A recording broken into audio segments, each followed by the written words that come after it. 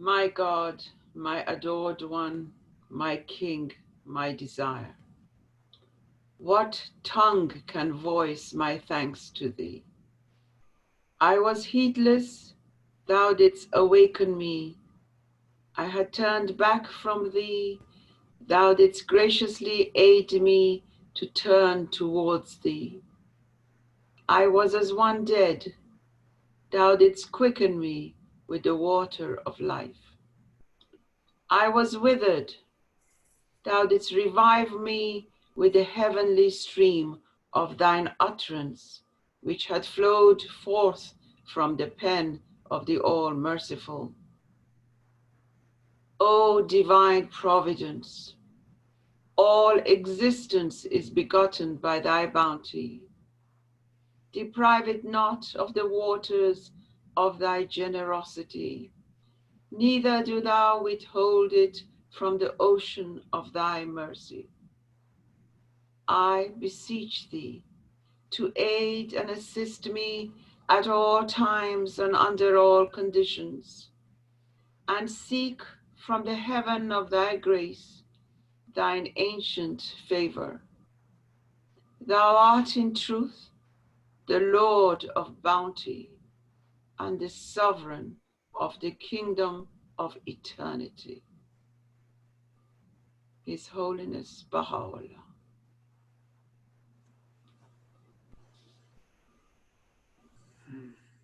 Thank you very much. It's really good to see everyone here tonight. This is truly a treat. Okay, so did everyone do your homework and read paragraphs 4 through 9? I hope so. So I'm going to share my screen. Actually, before I even do that, let me first go to the beginning. There.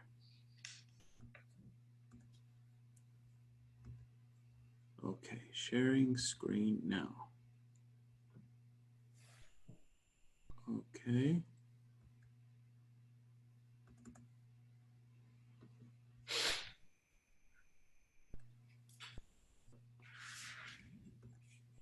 Okay, can everyone see this? Give me a thumbs up. Yes. Excellent, great.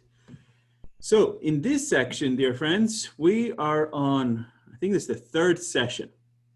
This is the third session, paragraphs 4 through 9. In this session, we'll be talking about impact of upheavals in the Baha'i community. And truly, you know, as we go through this, you'll see how many tough situations the Baha'i community was going through. And I truly believe that the beloved guardian was and is a creation from God for this specific point in this specific time because of the tough trials and tests the community was facing. I mean, it's incredible. I mean, just World War II in itself was a huge ordeal, but that wasn't it. There was so many more. So we're going to go through them and see the tough tests and trials in these paragraphs that the beloved guardian outlines. Okay, I'm not going to call on everyone. I would just love anyone to arise and read the paragraphs, okay? I'm going to go through, there's 6 paragraphs of the beloved guardian in this section, okay? Let's start going through. Okay, who would like to read this first paragraph? Just go for it. These recurrent crises which, with ominous frequency and resistless force, are afflicting an ever-increasing portion of the human race, must of necessity continue, however impermanently, to exercise, in a certain measure, their baleful influence upon a world community which has spread its ramifications to the uttermost ends of the earth. How can the beginnings of a world upheaval, unleashing forces that are so gravely deranging the social, the religious, the political, and the economic equilibrium of organized society, throwing into chaos and confusion political systems, racial doctrines, social conceptions, cultural standards, religious associations, and trade relationships. How can such agitations, on a scale so vast, so unprecedented, fail to produce any repercussions on the institutions of a faith of such tender age, whose teachings have a direct and vital bearing on each of these spheres of human life and conduct? Excellent. Who would like to read? Go for it. Just unmute yourself and go for it. Miss Deborah, you want to read it? Yes, I will. Go for it. Thank you, Miss Deborah. Little wonder, therefore, if they who are holding aloft the banner of so pervasive a faith, so challenging a cause, find themselves affected by the impact of these world-shaking forces.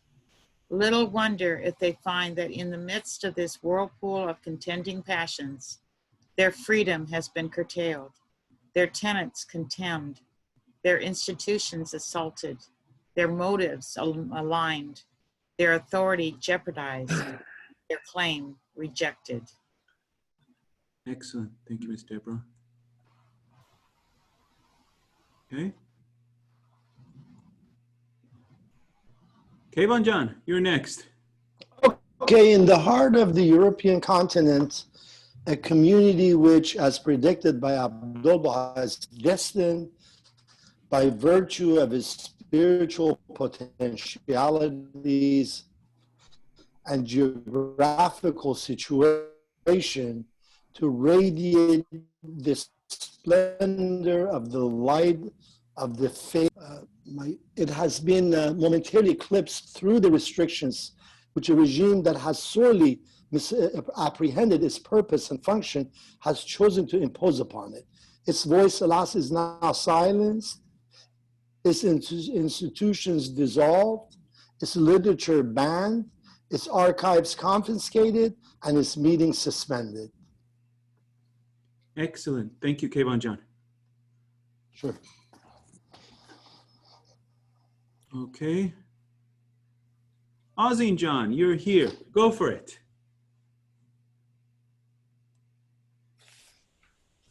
Alapa. Allah. In Central Asia, in the city enjoying the unique distinction of having been chosen by Abdul Baha as the home of the first Mashruq al-Askar of the Baha'i world, as well as in the towns and villages of the province to which it belongs, the soar past faith of Baha'u'llah as a result of the extraordinary and unique vitality which, in the course of several decades, it has consistently manifested, finds itself at the mercy of forces which, alarmed at its rising power, are now bent on reducing it to utter impotence.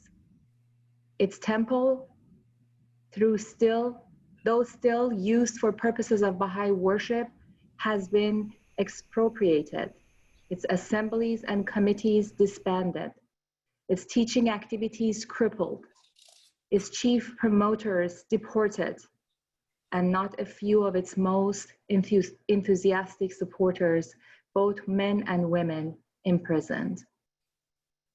Excellent. Thank you, Ozine John. Okay. Let's have someone else. Let me see. Miss Donna, I haven't heard from you. You are our new guest tonight. Go for it, Miss Donna.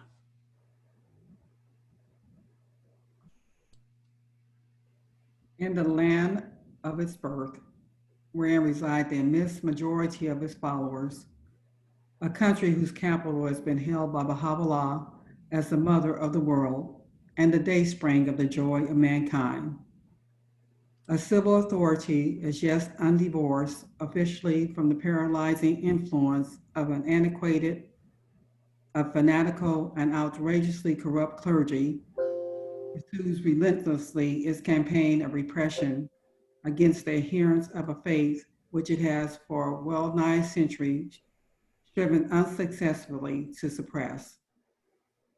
indifferent to the truth that the members of this innocent and proscribed community can justly claim to rank as among the most disinterested, the most competent, and the most ardent lovers of their native land, contemptuous of their high sense of world citizenship, which the advocates of an excessive and narrow nationalism can never hope to appreciate.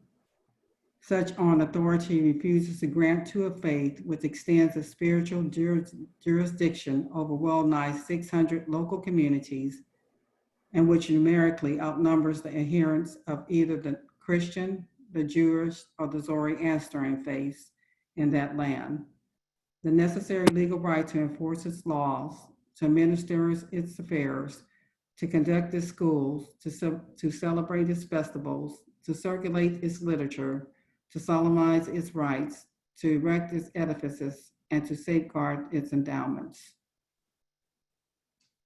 Very well read. Thank you, Ms. Donna. Thank you. Last paragraph. Okay. Who would like to read this one? Miss Karen, there you are. Go for it. And now, recently in the Holy Land itself, the heart and nerve center of a world-embracing faith, the fires of racial animosity, of fratricidal strife, of unabashed terrorism have lit a conflagration that gravely interferes, on the one hand, with that flow of pilgrims that constitutes the lifeblood of that center, and suspends on the other the various projects that had been initiated in connection with the preservation and extension of the areas surrounding the sacred spots it enshrines, the safety of the small community of resident believers faced by the rising tide of lawlessness has been imperiled, its status as a neutral and distinct community indirectly challenged, and its freedom to carry out certain of its observances curtailed. A series of murderous assaults, alternating with outbursts of fanaticism, both racial and religious, involving the leaders as well as the followers of the three leading faiths in that disputed country, have at times threatened to sever all normal communications, both within its confines as well as with the outside world.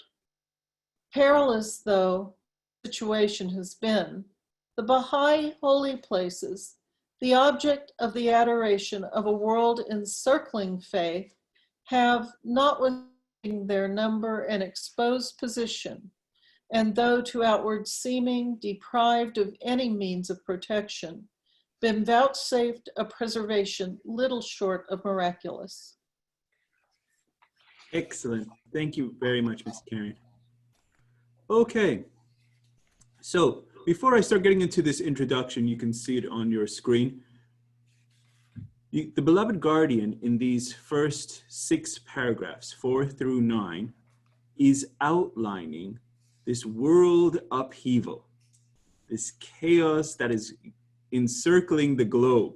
And it's actually affecting the beloved guardian directly at the time of his writing of the advent of divine justice. Can anyone tell me where the beloved guardian is at that point when he was writing the advent of divine justice? Anyone? He was in Europe. That is correct. Who said that? Excellent. Simin. Simin, genius. And do you know why he was in Europe?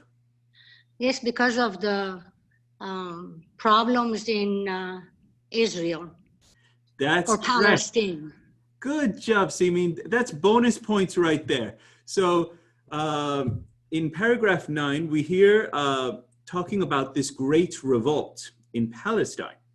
And the beloved guardian, and we'll see it talked about in this part about this great revolt that was happening in Palestine. So the beloved guardian was on leave, and so that's absolutely correct. He was in Europe at that time. So you could see some of these different situations. And as to Don's question in paragraph 6, yes, it was Germany. And this is Germany that was, that the beloved guardian was talking about. It's being momentarily eclipsed was the words. You know, that the faith there was being surrounded by Nazism. And it was, we're going to go into that more in detail in this part. But also we hear about the persecutions in Ishqabat in this section, and how that faith grew, the community of Ishqabat grew from strength to strength, and then how it suddenly was attacked, and that what happened to that community. Then we also hear about the community of the faith in the cradle of the community in Persia, Iran, paragraph 8, and then paragraph 9 is the community in Palestine. So this is just a brief outline. So in these paragraphs 4 through 9, the beloved guardian describes how these violent forces released through the world upheaval throw every aspect of ordinary human life into chaos and confusion, and exert their influence, though temporary, on the Baha'i community. And we're going to see these words chaos and confusion again and again. These words go hand in hand. So you'll see these go together, chaos and confusion. Okay, let's move on. And anytime anyone has a question, this is your class, dear friends. Jump in, thoughts, ideas. I'm just sharing some of my thoughts here.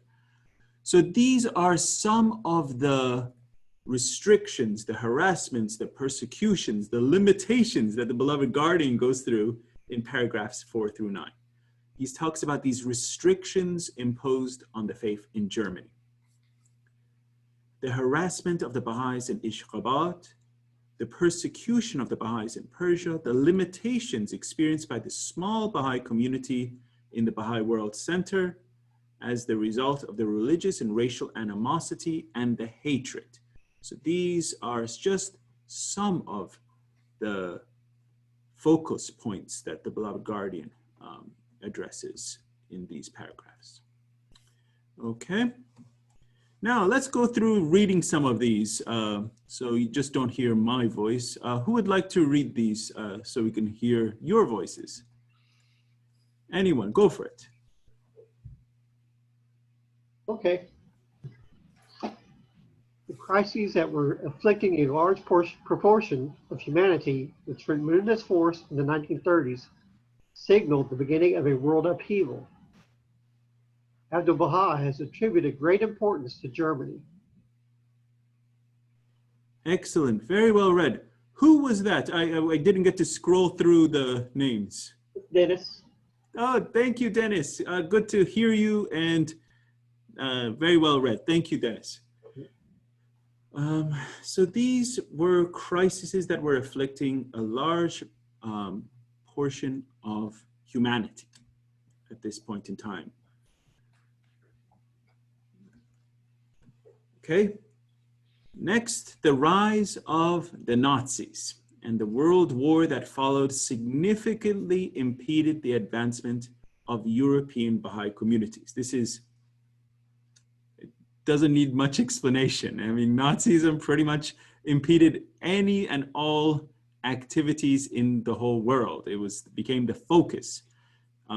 They were against anything, and I could say pretty much they were against anything good, They were really very self-focused on their own advancement. Okay, and here's some pictures of the rise of Nazism. And you can see Adolf Hitler.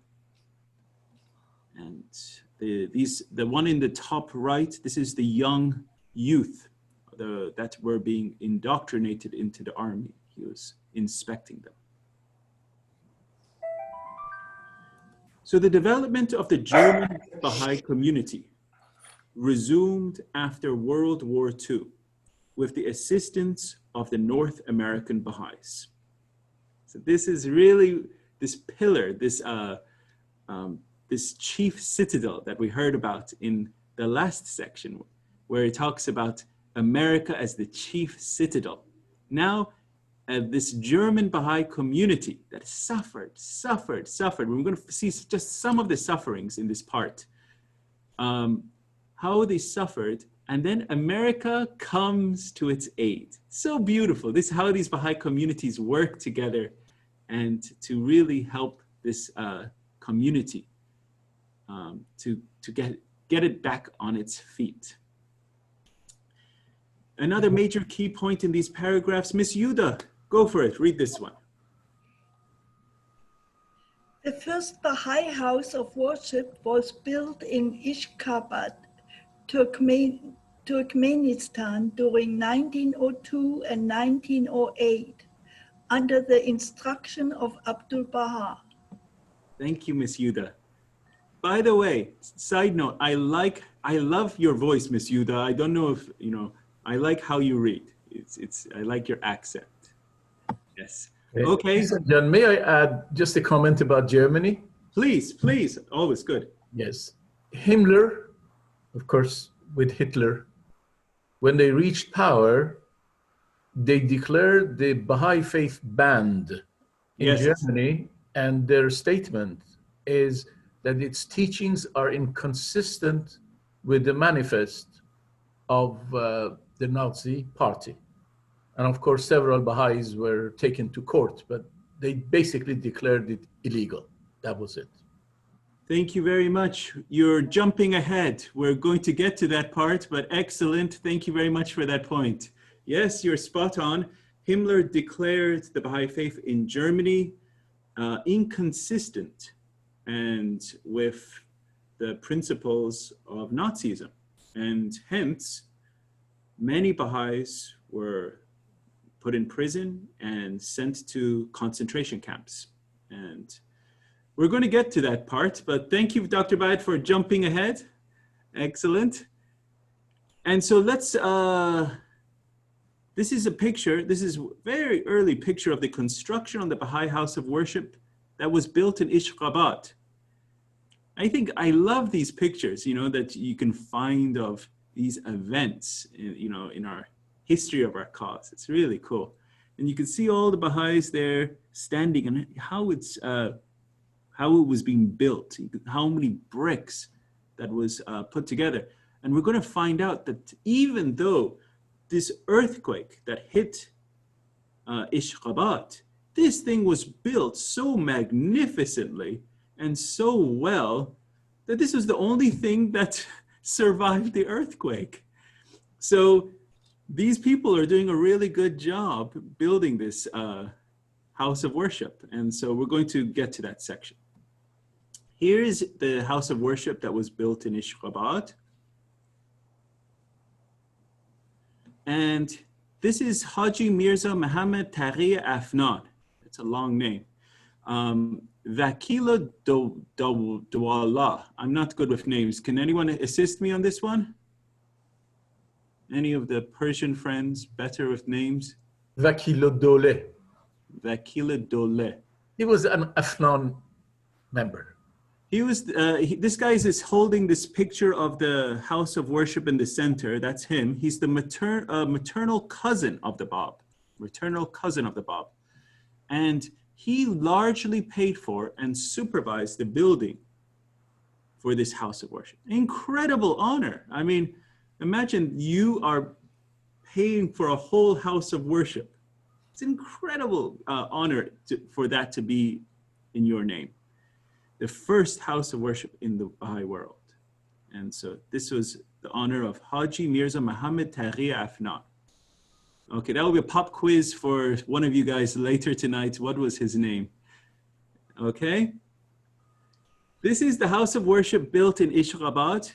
And in the right, you see it's being colorized. It looks pretty beautiful. The colors that were used in it. And here, this is a women's prayer meeting inside the Baha'i House of Worship in Ashgabat. It's pretty cool. because I wanted to get more and more pictures so you get a feel for this house of worship that no longer exists today. And so this is the flourishing of this community. All these women sitting in the house of worship, to me, kind of has that feeling of the house of worship in Chicago with these archways, and you'll see the dome inside in a second. So here it is. This is the dome interior of the house of worship in Ishkhabad. Within a short period, Ishkhabad became a flourishing Baha'i community. And here is the Baha'i community of Ishkhabad gathered in the house of worship. This is just a short few years. These people were really teaching. And when we say talk about teaching, these people were really teaching, okay? This community went from strength to strength. And here's another picture. This community was growing exponentially. And I love how they have the Esma Azam there. They have a picture of His Holiness Abdul Baha in the center. We don't do that anymore, hold Esma Azams in our pictures. But I like that, it's pretty nice. It shows we're a Baha'i community. And this is the first Baha'i school of Ishkhabad. This is around 1930. So they started having all the functional activities that a normal Baha'i community was having.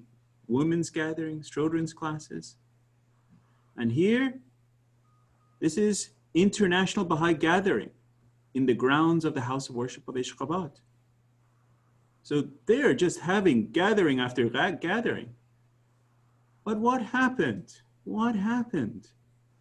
A new phase of persecutions in Turkmenistan during the 1920s and 30s followed the formation of the Soviet Union in 1970. The central government used its new constitution and legal arguments and instruments to systematically deny the Baha'i community its basic rights. So this is what happened. In 1934, we're still on major key points. We'll get into what exactly is going on. But in 1934, many restrictions were also imposed on the Persian Baha'i community of Turkmenistan, such as shutting down of the Baha'i schools, the expulsion of Baha'is from government jobs, banning the printing or importing of books, and prohibiting the Baha'i marriage ceremony. So this is still in Ishkhabad, Turkmenistan. So this is a systematic persecution orchestrated by the government under this new constitution in the Soviet Union. So in 1938, the Soviet Union authorities expropriated the Baha'i House of Worship in Ishkhabad and leased it back to the Baha'is until 1938 to make money off the Baha'i community. To me, it's criminal and immoral, insane. This is what they did. They took the control of the Baha'i House of Worship and then leased it back to the Baha'i community. Okay. Now going to Palestine now. These are still major key points in these paragraphs. Now we're in Palestine. This is the Great Revolt that occurred in 1936 through 1939. Pop quiz. What was the date the Advent of Divine Justice was written? Anyone? 1939. No. 1938. 37. December 25th, Christmas Day, December 25th. 1938. 1938, there you go. So just to put it in perspective, this is 1938, so 1936 to 1939 was the Great Revolt in Palestine, okay? So this was a nationalist uprising by Palestinian Arabs against the British Mandate authorities, demanding immediate self-determination and an end to the open-ended Jewish immigration policy. So there was an open-ended Jewish immigration policy that was going on. And so these Palestinian Arabs were revolting against it. And so this was called the Great Revolt, okay? And even still today, we still see aspects of the Palestinian Jewish conflict in that region. Okay, so now let's get into study of some of these paragraphs. This is the beginning of a world upheaval that the beloved guardian is talking about in paragraphs 4 through 9. War, conflict, and crises have always been a major characteristic of human history. However, the dynamics of the world upheaval that started in the early 19th century was fundamentally different. This is on a scale that the world has never seen before. So let's go into it. Okay, let's have someone else's voice so my little voice can rest for a second. Okay, how about Renato? How about you go for it? I hear your voice. All right. As mentioned in paragraph 4, the forces released through those agitations have been gradually deranging the social, the religious, the political, and the economic equilibrium of organized society, and throwing into chaos and confusion political system, racial doctrines, social conception, cultural standards, religious associations, and trade relationships on a scale so vast, so unprecedented. This is in paragraph 4. And here, but the beloved guardian is talking about these agitations, these world-shaking forces that are happening. And when I read this, I'm like, it's hitting everything. These problems are hitting every aspect of society. It's the political systems, throwing everything, the racial doctrine, the social conceptions, the cultural standards, religious associations, the trade relationships. It's throwing everything into chaos right now. So that's why I have this picture, unclear, perplexed, disoriented, bewildered. This is what is happening at that point, at that time. The world is in a state of chaos and confusion. Here's a quote I found from His Holiness Abdul Baha. And let me have someone read this, I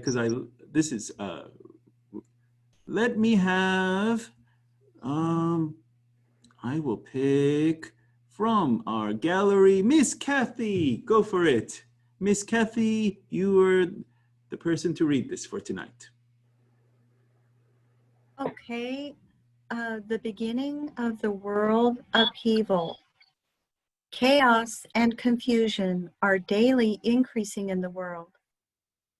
They will attain such intensity as to render the frame of mankind unable to bear them. Then will men be awakened. Abdul Baha. So we're going to talk more about this. This is going to come in again and again.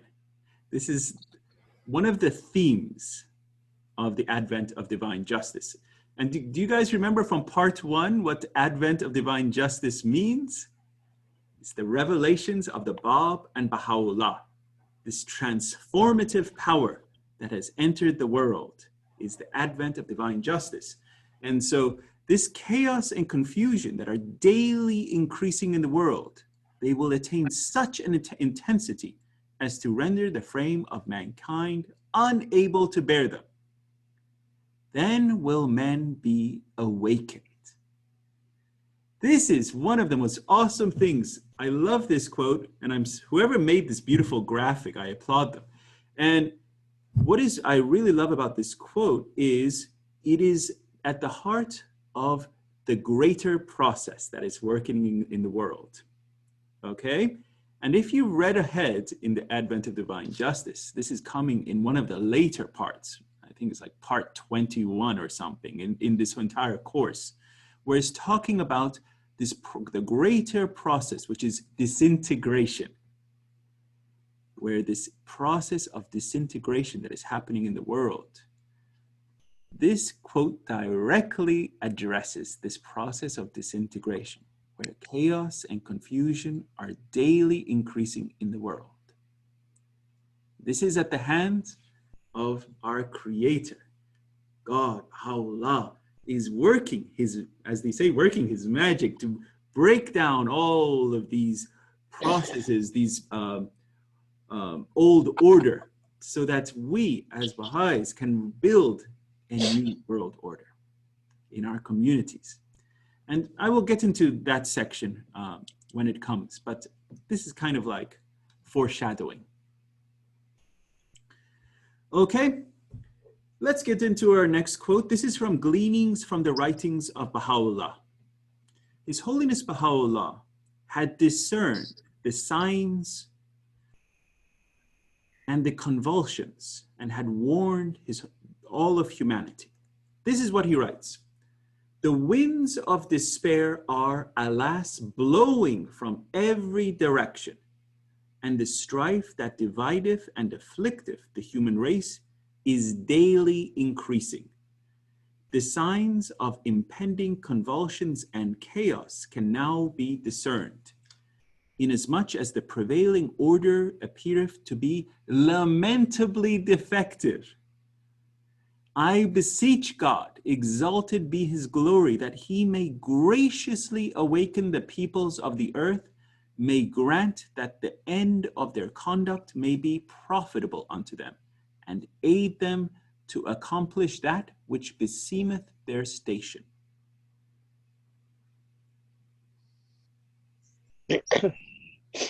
You could see how the beloved guardian's words, His Holiness Abdul Baha's words, are so tied together in these few paragraphs. The winds of despair are blowing from every direction. Strife divideth, daily increasing.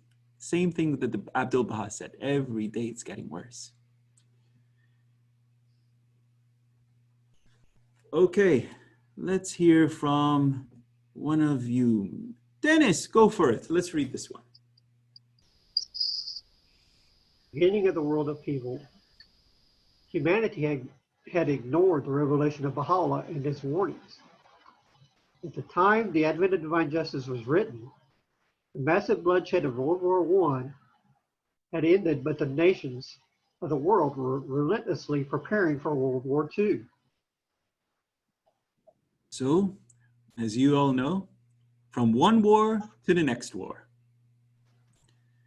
And how awesome it is that the beloved guardian was during this period to help the Baha'i community. In paragraph 4, Shoghi Effendi refers to those crises that were afflicting a large proportion of humanity with tremendous force as the beginning of the world upheaval. Undoubtedly, the Baha'i world community and the young institutions of the faith were bound to be affected by the adverse effects of such an upheaval. So this is very important, dear friends. Anything that is a crisis in the world will directly also affect the community. So they're not separate, okay? So we have to think of the community not in its own box. The community is not separate from the greater community. This is what the beloved guardian is saying. Undoubtedly, the Baha'i world community and these young institutions were bound to be affected.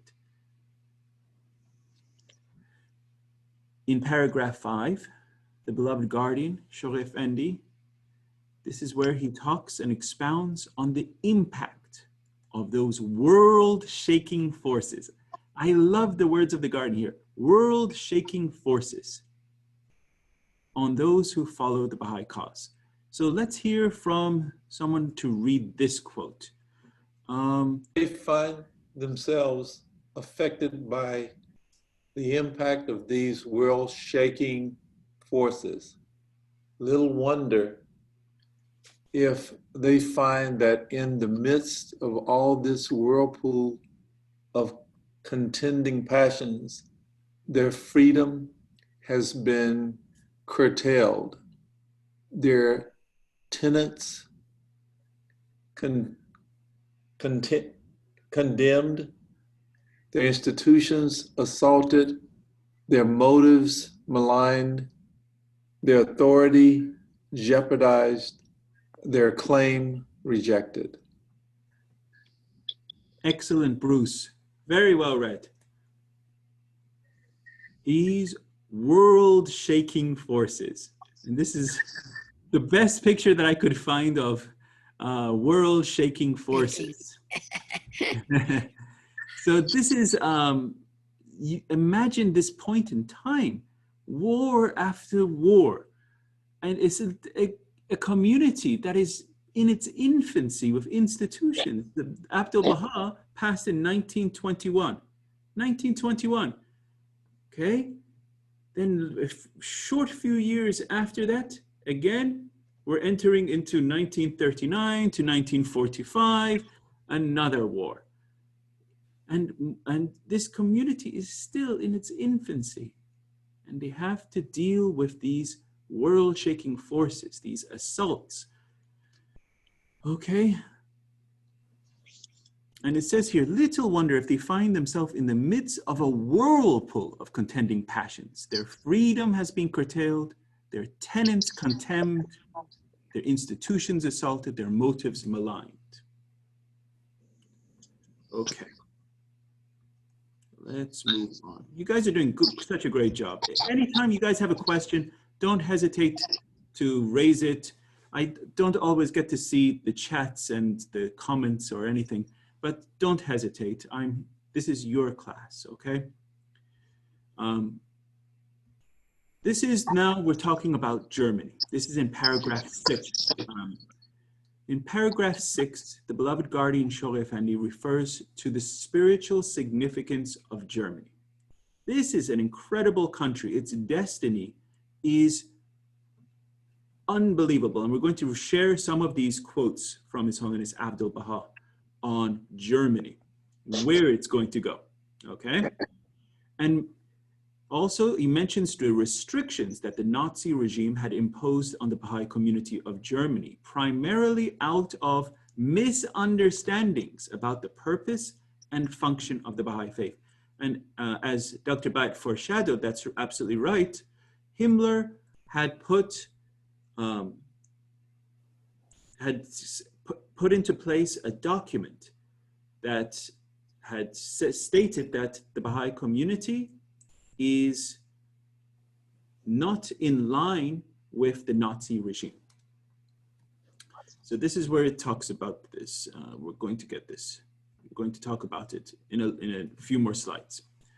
The development of the Baha'i faith in Europe, this is the history of the faith in Europe. It began within a few years of the establishment of the faith in North America. London and Paris were the first centers where the Baha'i groups were formed. However, with the journeys of His Holiness Abdul Baha to Europe in 1911 and 1912, the faith was introduced to other parts of Europe. Over time, Germany became the center of the Baha'i activities, which continued after the interruption caused by World War I. That's very interesting, you know, with all the conflicts and that were happening, Germany became the center of the Baha'i activities. So here are some quotes, dear friends, on the greatness and importance of Germany. Okay. And I'm going to call on Miss Yuda. Just because I appreciate her accent, and to me, Miss Yuda, you're from Scandinavia, am I right?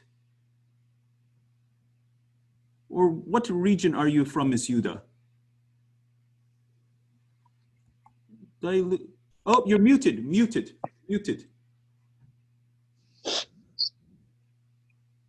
I'm from Germany. Hey, I love it. Miss Yuda is from Germany. How more perfect could it be? So Miss Yuda, we're going to be reading about your home country. So let's hear what His Holiness Abdul Baha says about Germany. Let's hear it. Go for it. His Holiness Abdul Baha has attributed great importance to Germany. In a tablet to an individual believer, he expresses no doubt that the faith of God will progress from day to day in that land, Germany, for it will be aided by the sustaining power of the Holy Spirit and the confirmation of the word of God. Germany, France, Italy, and Switzerland, a compilation of Baha'i writings prepared by the Research Department of the Universal House of Justice. Thank you, Miss Yuda.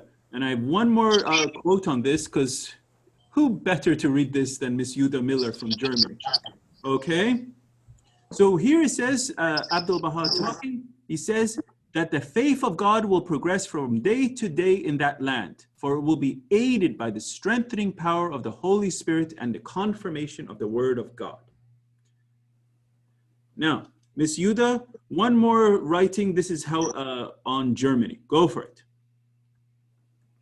Abdul Baha has attributed great importance to Germany. Furthermore, Abdul Baha affirms that there is much spiritual receptivity in Germany. Many souls evince a special disposition to receive the outpouring of heavenly grace. They have the capacity to become recipients of divine teachings. Hence, some individuals are attracted to the principle of oneness of mankind and treat all the people and kindred of the earth in a spirit of concord and fellowship. He foresees that the cause of God will make great progress in Germany, will surpass all other regions. Finally, Abdul Baha cherishes the great affection for the loved ones of God in Germany and fervently beseeches for them divine confirmation and blessing. The call of the kingdom proclaimed in that country will surely produce tremendous results in the future. Germany, France, Italy, and Switzerland, a compilation of Baha'i writings prepared by the Research Department of the Universal House of Justice.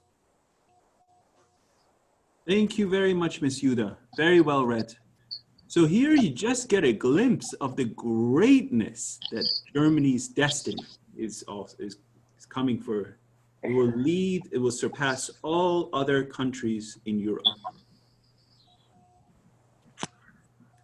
In Abdul Baha's journey to Europe, 1913, His Holiness Abdul Baha spent 8 days visiting. Miss Yuda, how do you pronounce this? Esslingen? Esslingen. Esslingen. Stuttgart. You said, Miss Yuda, I'm terrible with these names. Stuttgart and Bad Mergentheim. I lived in Stuttgart. Oh, you lived in Stuttgart. Oh, very good. That's why I have a Miss Yuda Miller in the audience to help me in these names. I'm very happy to have you. Okay, in Germany, giving public talks and meeting the Baha'is. In 1916, the German Baha'is erected this public memorial in Bad Mergentheim. Is that right, Miss Yuda?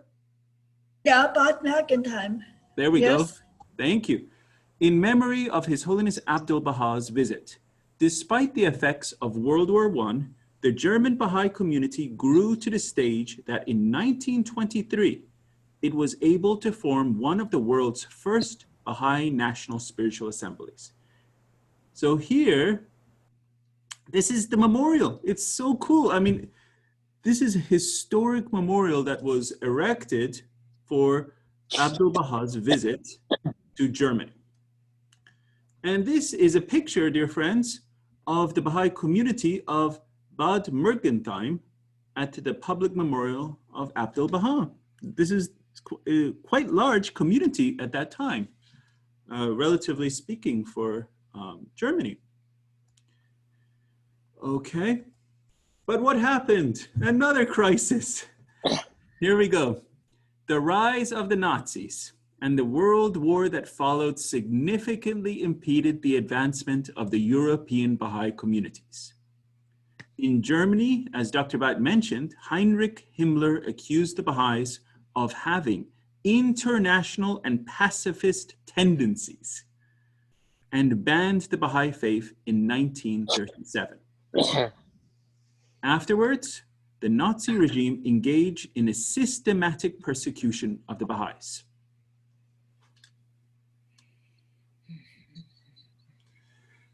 The public memorial to Abdul Baha in Bad Mergentheim was destroyed by the Nazis. In 1939, the former members of the National Spiritual Assembly were arrested and jailed without any charges. There were more arrests in 1942, and many prisoners were sent to the concentration camps. And as you know, this is one of the saddest moments in the history of the world with the Holocaust. And dear friends, there's no way I could do justice to these episodes of the Holocaust in pictures. Every episode that I'm going to go into, such as there's whole sections on race and racism, so I am going to give you assignments to study up on, at home, because there's no way I could do justice in pictures and history on these subjects. I want you privately to really study up on these episodes to strengthen your knowledge base on these, okay? Can I ask you a question, please? Yes, Ms. Deborah, please. So it says there were more arrests in 1942 and many prisoners were sent to the concentration camps.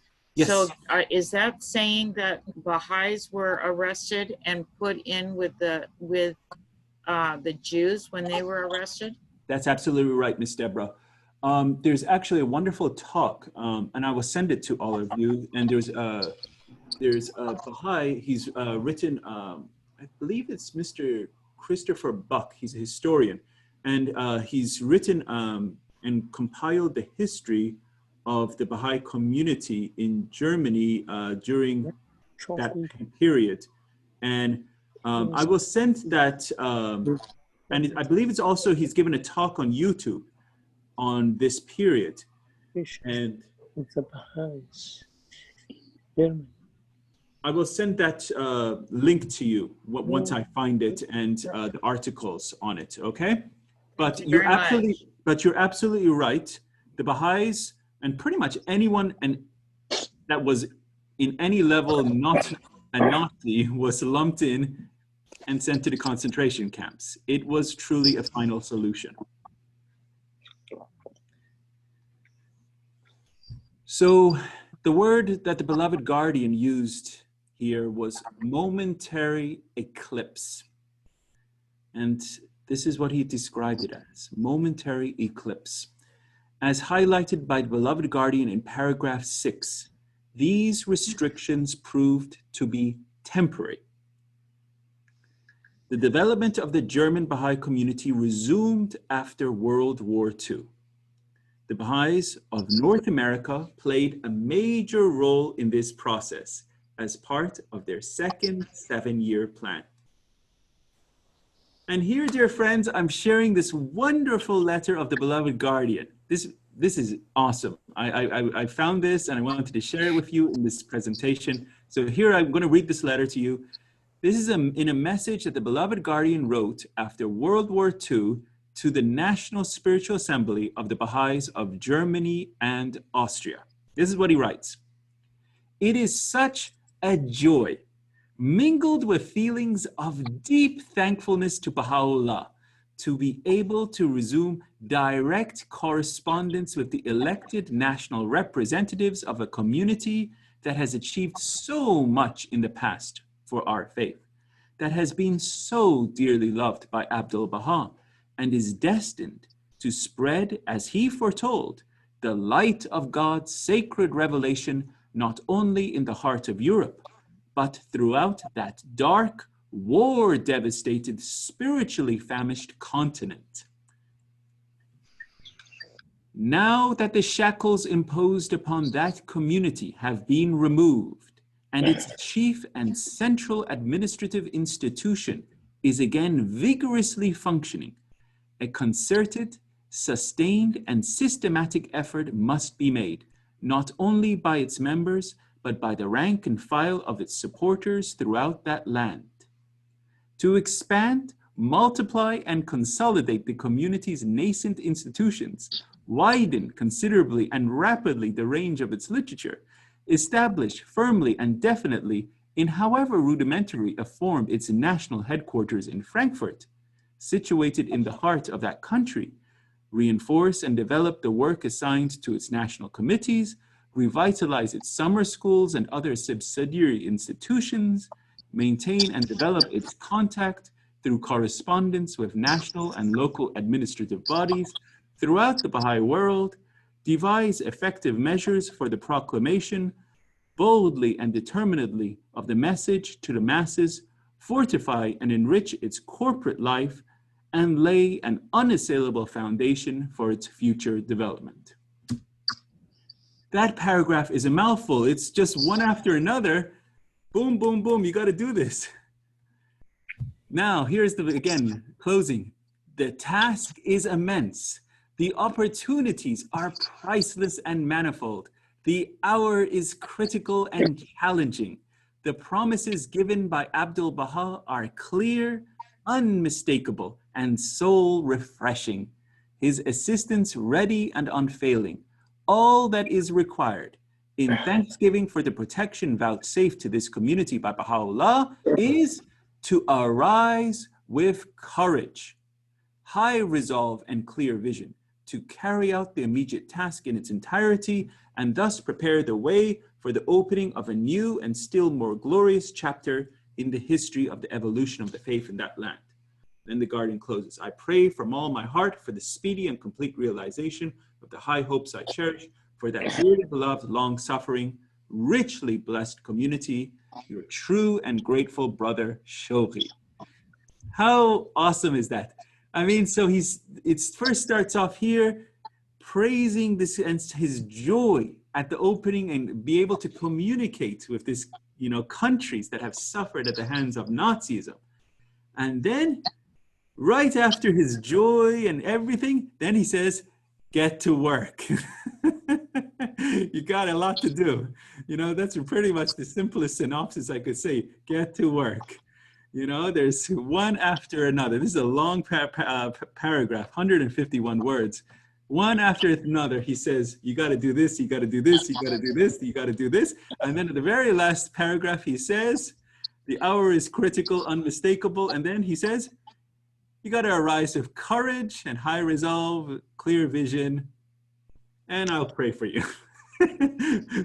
Very nice. But imagine your community receiving a letter like this, one thing after another. Do this, do this, do this, do this, do this, right after this kind of war. But the Guardian did that, and the communities arose, obediently united. Okay, so let us get into these persecutions of Ishqabad that we heard so much about. The beloved Guardian mentions the persecution of the Baha'i community of Ishqabad in paragraph 7. In 1928, there were over 4,000 Baha'is in Ishqabad. 4,000. There's not one community in America, not one Baha'i community area that has 4,000 Baha'is. Not one yet. Ishqabad, at that point in time, had 4,000 Baha'is. It was truly flourishing. But what happened? The anti-religious propaganda of the government was spreading fast, and the followers of all the religions in the Soviet Union were under the threat of persecution. Our community started to experience these persecutions from 1928. So, how big was the city at that time? It's a great question, Bruce. Great question. I'm going to have to research that. That's a great question on that. I'll come back to you on it, okay? Okay. I'll look it up, but that's a good question in that period. How big was Ishqabad? Okay. Ehsan, another question, a follow-up. I was going to ask this earlier. Curious, of all the places in Asia at that time, why the first Baha'i Mashkul Askar was erected in Ashgabat? Does anybody have any idea? Maybe Dr. Baid, do you know? Why Ashgabat?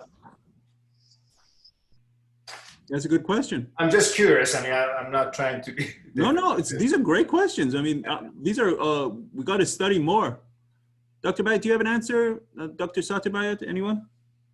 Yes, I actually studied the revolutions we are talking about, because what happened in Russia and what happened in Germany, they did to the Baha'is exactly what the revolution in Iran is doing today. So that's why I started studying these three for similarities, practices, legal as well as illegal activities against the faith. Ashgabat was in border of Iran. It's immediately across the border from Iran. And because persecution of the Baha'is was in progress in Iran, and Russia had a relatively stable and relatively peaceful situation at that time. This is during the Tsars. They had rules. They were almost like European rules. So Baha'is in large numbers left Iran and went to Ashgabat and set up businesses. And as their numbers grew, Abdul Baha kept sending them wonderful messages, and that's why they were charged with building a house of worship, setting up schools, and creating the first Baha'i type of community that it could be seen from outside. And that was really the reason for it. Thank you. Thank you, Dr. Baid. Thank you. Thank you, thank you. Is there a Baha'i community there now? There is a Baha'i community in Ashgabat right now. Yes, there is. And actually, Dr. Baid and I met a few Baha'is that actually came from Ashgabat, and we met them here in our office. Yeah, they actually have a pretty decent sized community. Fawad Naji, my brother-in-law, his uncles and family still live in Ashgabat. Yes. Okay. In 1928, the secret police started to raid Baha'i meetings and arrest Baha'is as part of its anti-religious campaign, initiated under Stalin. The Baha'i printing press was confiscated, Baha'i administration was suppressed, and the house of worship was expropriated, as all religious buildings were declared to be government property. Baha'is had to rent the house of worship from the government under a 5-year lease. In 1929, the Baha'i schools, which by then had around 1,000 students, and this was closed. So in the top picture, this was a raid by the government, and they just shot a whole bunch of worshipers. These doesn't say if they were Baha'is or not, but these were just worshipers. This was part of their anti-religious campaign. And it wasn't just against Baha'is. If you study the history of it, it was actually more even against Orthodox Christian groups of Christianity was really persecuted in Germany. And it was a type of propaganda that they were utilizing where they used comics, just like how they did in Nazi period. They were using comics and putting that out there, that it just they were doing everything to shut down any form of religion in the Soviet Union. Okay, let's have someone else read. Who would like to read? I can read. Go for it, please. A large number of Baha'is were arrested in 1929. Some were imprisoned, some sent to Siberia, and others deported to Iran. The persecution extended to taking over Baha'i businesses and expelling Baha'i students from universities. These severe restrictions continued until 1938. The lease of the house was renewed in 1933. Under new regulations, the Baha'i community received full ownership of the house of worship in 1935, and restrictions on the community eased. That's right. And so here you see a picture of Joseph Stalin. Here he's visiting his prison camp in Siberia. This is where some Baha'is were sent to Siberia. So this is the house of worship that we showed pictures earlier. This is the house of worship, and as you know, it was badly damaged in an earthquake that occurred in Ashgabat in 1948. Its structure was further weakened by heavy rain in the following year, and as a result, it was demolished, and the area was converted to a public park. I have a question. Please, Don. On the previous slide, it said that the restrictions continued until 1938, but further down it says in 1935 restrictions were eased. I don't understand that. Yes. So yeah, it's a little confusing, but it went through like this. So it's a little confusing, but yeah, it eased in 1935 and then it ramped up again. And then it continued with severe restrictions. That's how it went. It's a little confusing. I should have moved the text, but good point. I'll make that a note. That's why I have you guys to be confused. To be confused, exactly. Excellent, Don. Yeah, I'll move that around. But yes, it went through a cycle of persecution there. Hey, Ehsan, I have a question too. Please, Tesfaye, go for it. All right. Today is my third session since I'm following you. So, and then at the beginning of the Advent of Divine Justice is it's the book Letters that started in 1938, and now in 1938 in severe restrictions and a lot of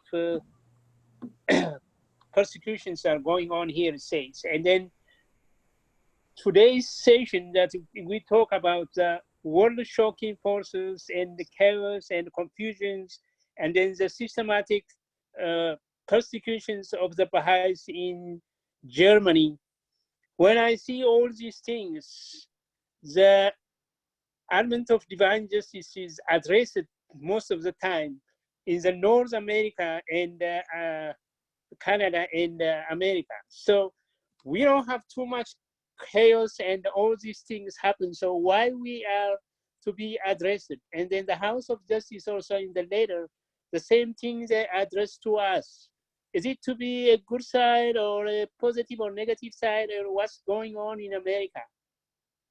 So all these problems that are happening around the world, not per se in America, you're saying why is the letter written to United States and Canada? Yeah, and then focusing on us, and then because all chaos and then all persecutions, everything is over there.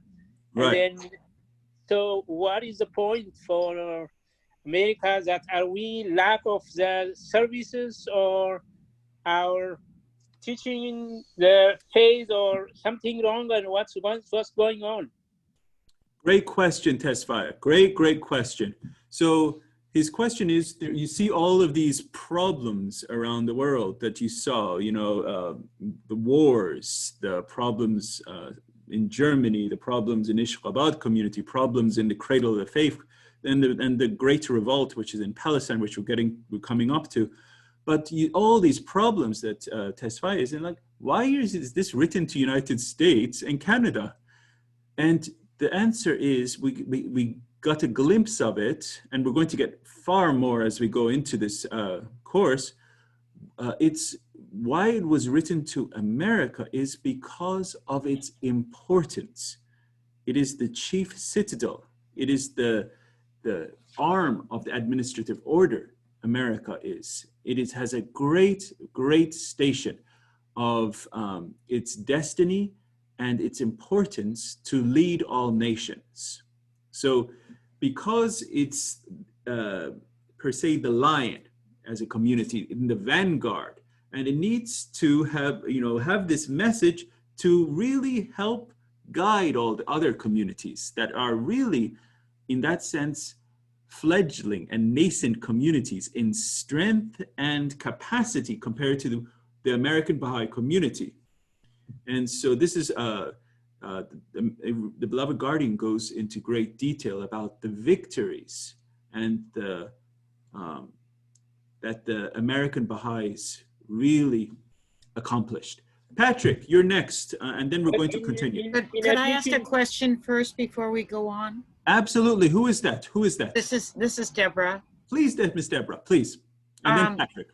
Could it also be the reason why he sent it to the to the Americas, North America, was because it was also to prepare us for what was coming forward? Absolutely, absolutely.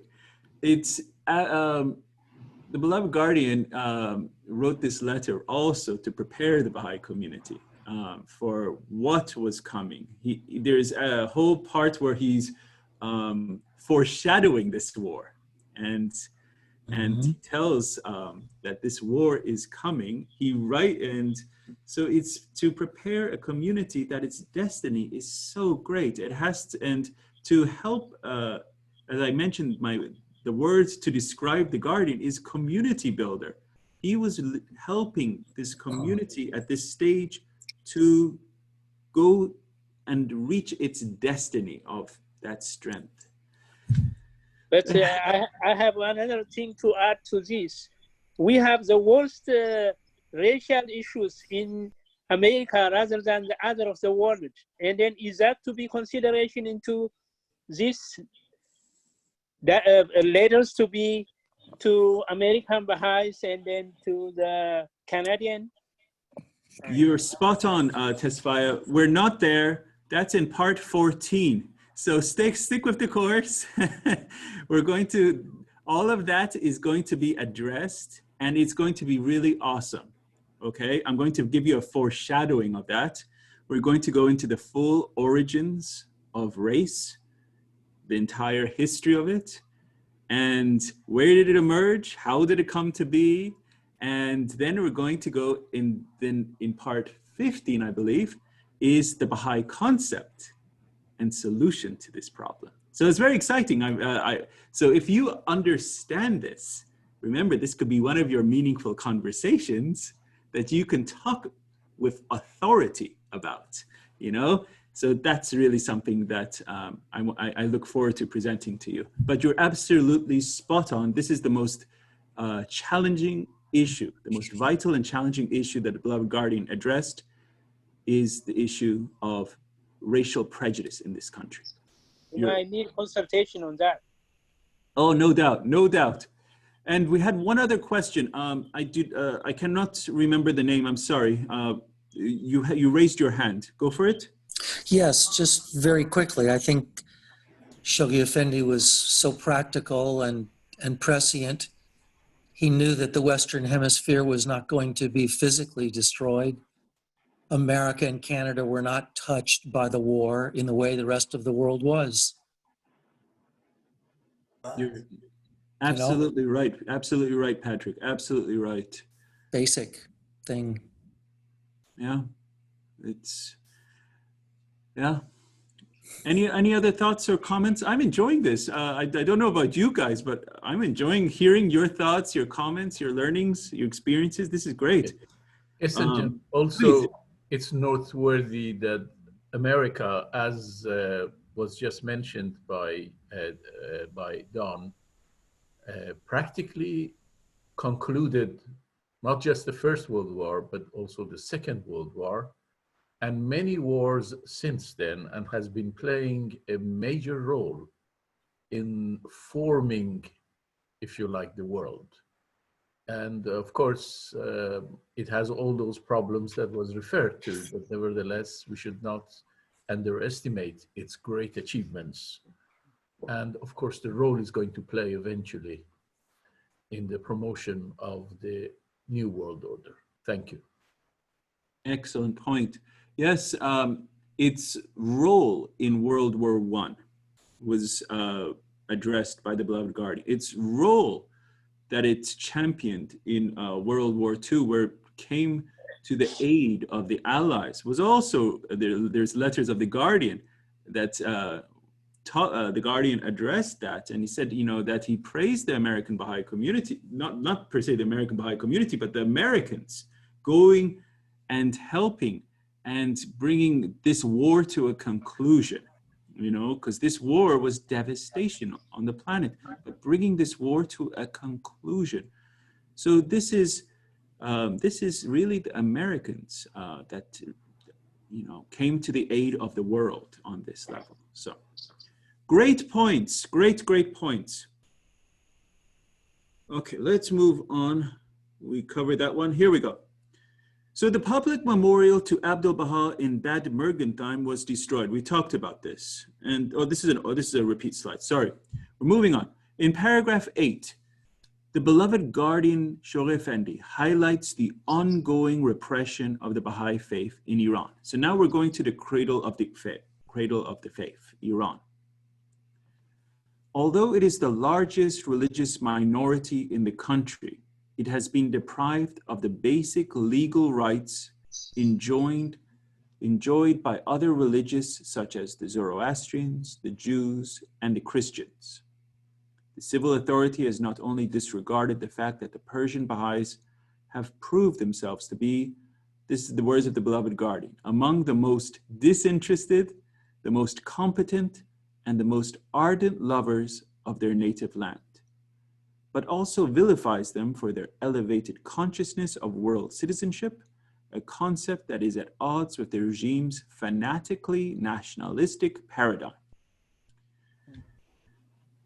I don't know if much has changed since that point in time. It's still not a great situation for the friends in that country.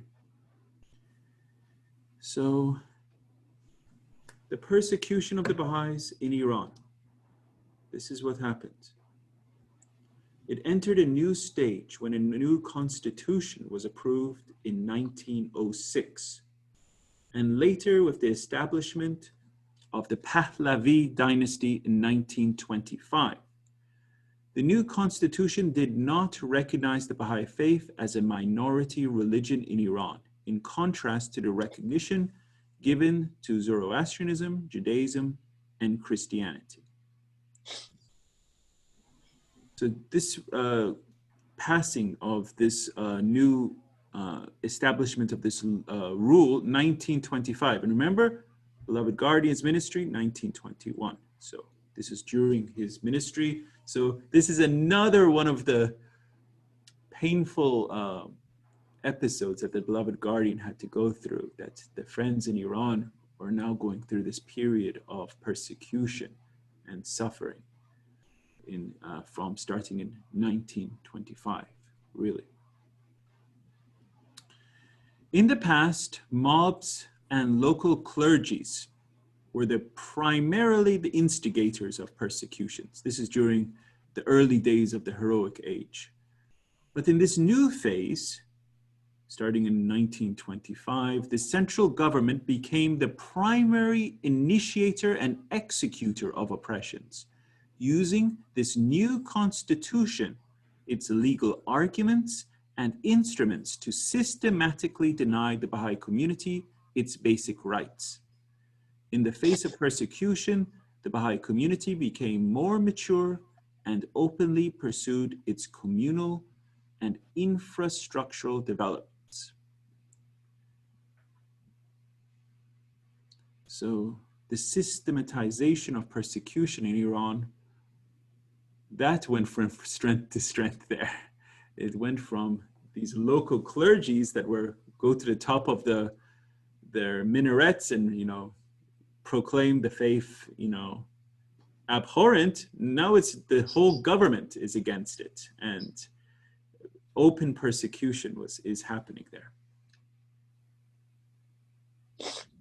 So this is a picture in 1933 of the Tarbiyat school of, this is a girls' school in Iran, in Tehran. You see how many of these young girls there were in this Tarbiyat school. The permanent closure of Baha'i schools in 1934 was a good example of this new wave of persecutions. A pronouncement issued on the 8th of December 1934 by the Prime Minister of Iran ordered the closure of 2 Tarbiyat schools and a number of other Baha'i schools. This was just one picture I showed you of a Tarbiyat school. I have lots of them. The order argued that these schools disobeyed the Ministry of Education regulations governing the operation of schools. This is interesting, dear friends. Pay attention to this. By closing on the 6th of December 1934, which was not a national holiday, the Baha'i community were commemorating the declaration of the Bab on the 6th of December as one of the 9 holy days strictly observed by the Baha'i community all over the world. So they were observing the declaration of the Bab, and so they closed their schools, but the government said that is not a national holiday, so we're now ordering all your Baha'i schools to be permanently closed. That's what they did. The Ministry of Education nullified the concession of the schools and ordered their permanent shutdown. Similar pronouncements were sent to other localities, ordering closure of around 60 Baha'i schools. They were just looking for an excuse, to shut down the schools. And then they found one where the Baha'is were observing their own Baha'i holy days, and that was not in line with their national observed celebrations. The persecution of the Baha'is in Iran, these were some other legal constraints that were forced on the Baha'is.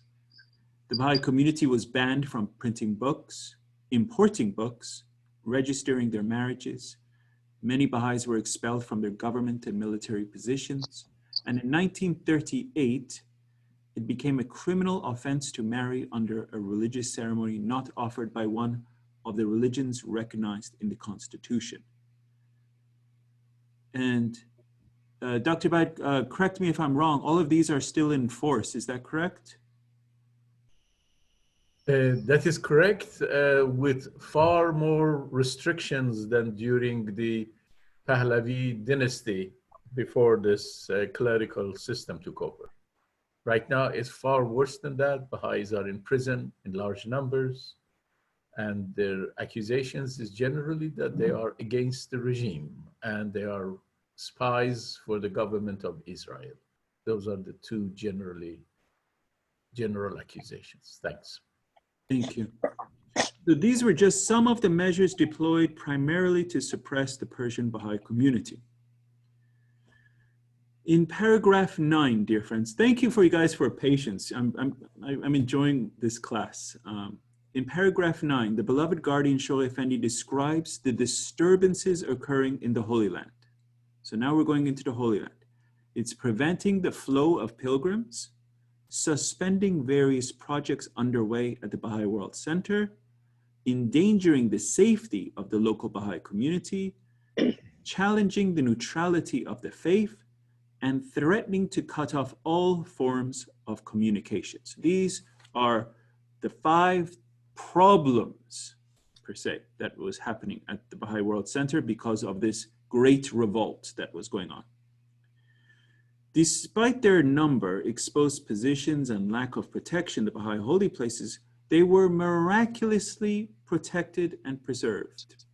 This is at the end of paragraph 9. It says, despite their situation, they were still miraculously protected and preserved. So I wanted to give you just a feel of what this great revolt was. And this incident mentioned by the beloved guardian in paragraph 9 is a reference to the revolt known as the Great Revolt that took place during 1936 to 1939 in Palestine. This was a nationalist uprising that we mentioned by the Palestinian Arabs against the British Mandate authorities, demanding immediate self-determination for the Palestine Arabs and an end to this open-ended Jewish immigration policy. So they were just letting Jews in anywhere and everywhere, and the Palestinian Arabs were like, no, we're not having this. This is an open-ended Jewish immigration policy. They're taking our lands. It's not right. So they had this big open revolt against this British mandate, and it was chaos and confusion, warfare, and very bloody. At that time, Great Britain was entrusted with this mandate for Palestine that was to facilitate the establishment of a Jewish national home. And this mandate system had been established in the early 20th century by the League of Nations for administration of non-self-governing territories as a temporary trust. Great Britain was entrusted with this mandate in July 1922 after the dissolution of the Ottoman Empire in 1922. This Great Britain, the great map maker, has caused more problems. Tiny little island has caused great problems in the world, wherever it has gone. But, this war and conflict, they were having had a good heart, but due to its effort, it still caused conflict. So who was the culprit in this per se? This is the guy. In April 1936, the Mufti of Jerusalem. This is the Mufti. Mufti, correct me if I'm wrong, means religious leader. I believe that's what it means. He was the religious head this is the religious head of Jerusalem, and called the Arabs in Palestine to observe an unlimited strike against British rule. Unlimited strike means there's no end to it. He just said, keep killing. This is the religious head of Jerusalem. And it finally ended in October of 1936. So from April to October, they were just killing nonstop.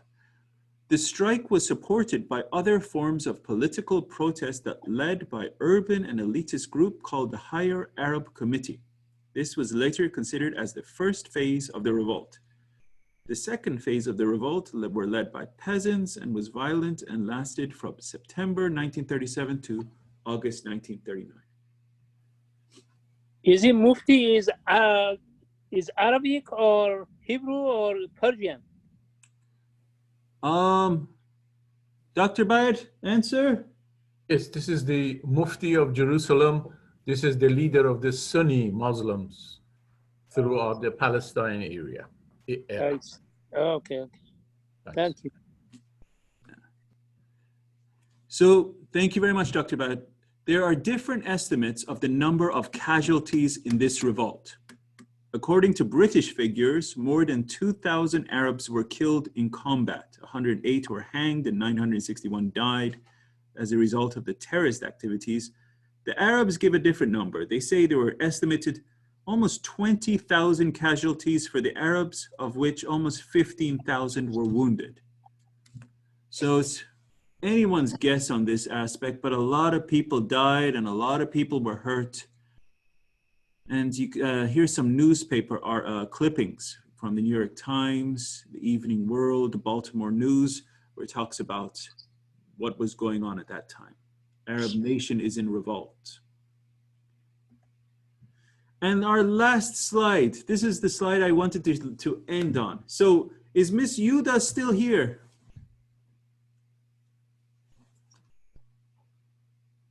My dear friend, Miss Yuda Miller, are you still with us? Yes, the new memorial was unveiled earlier this month on the 7th of April 2007 by Mayor Lothar Barth, accompanied by Barman Suluki, a representative of the Bahá'í Community of Germany. But Mergentheim can be proud that Abdul Baha came here, the mayor said at the ceremony. The Baha'i faith is one of the 6 major world religions. There is no other way to put it, and this should be honored accordingly. Doesn't that give joy to your heart? Wow. These atrocities that occurred during the 20th century, Suddenly, after all of these terrible world crises and conflicts, this memorial to Abdul Baha was completely destroyed. It was brought back by who? The mayor of the town of Bad Mergentheim brought it back, you know, and out of love and respect to the German Baha'i community. This makes my heart rejoice. It's so wonderful. And so that was our concluding slide for part 3 of our course. I'm so happy to have you guys. So our next part is part 10, paragraph 10 and paragraph 11, okay? It's 2 paragraphs. So don't forget to read them, practice reading them, read them aloud, okay? Take your notes, and I will send you, I've already sent you paragraph summaries, as well as I'm going to send you the link for our Crimson Academy YouTube site, and also has all the audios there. And if don't hesitate anytime. I know you guys are chatting. I don't get to open it while I'm talking, but anytime you guys have any questions, I'm only an email away, okay? So have a wonderful night, and let's have a closing prayer as we're all together and could have that we hear your voices together. Hey, Sanjon, would you also be sending the slides? Like of course. Royajan, of course. Great question. I will, after every session, the next day, I will send you the slides. So I know you guys are taking notes and everything, but I will always send you the slides after the session, okay? Thank you so much. But that's it. Do not hesitate. I'm always here. Let's have a closing prayer so we can all have a good night and resting. And thank you, Miss Yuda. I really enjoyed your voice during that German sections. No one else could have done it better, by the way. Okay, who would like to have a closing prayer? And thank you, Miss Julie, for joining us. I know you had a meeting earlier tonight, but good to see you. Tesfaye should read. Okay, Tesfaye, you're ready. Go for it. Okay. Anton, O my servants, the verse of God that have been received by thee, as intoned by them, who have drawn nigh unto him, that the sweetness of thy melody may kindle thine own soul, and attract the hearts of all men, whose soul resides in the privacy of his chamber, the verse revealed by God. The scattering angels of the Almighty shall scatter abroad the fragrance of the words uttered by his mouth, and shall cause the heart of every righteous man to throb. Though he may at first remain unaware of its effect, yet the virtue of the grace vouchsafed unto him must needs sooner or later exercise its influence upon his soul. Thus have the mysteries of the revelation of God been decreed by virtue of the will of him who is the source of power and wisdom.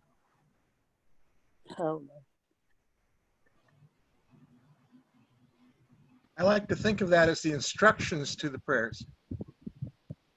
Yes, yes, Don. I'm so happy to see you. Thank you so much. You give me joy to my whole week. Have a wonderful week. Enjoy yourselves, you guys. Thank you. All right. Bye. Thank you. Night.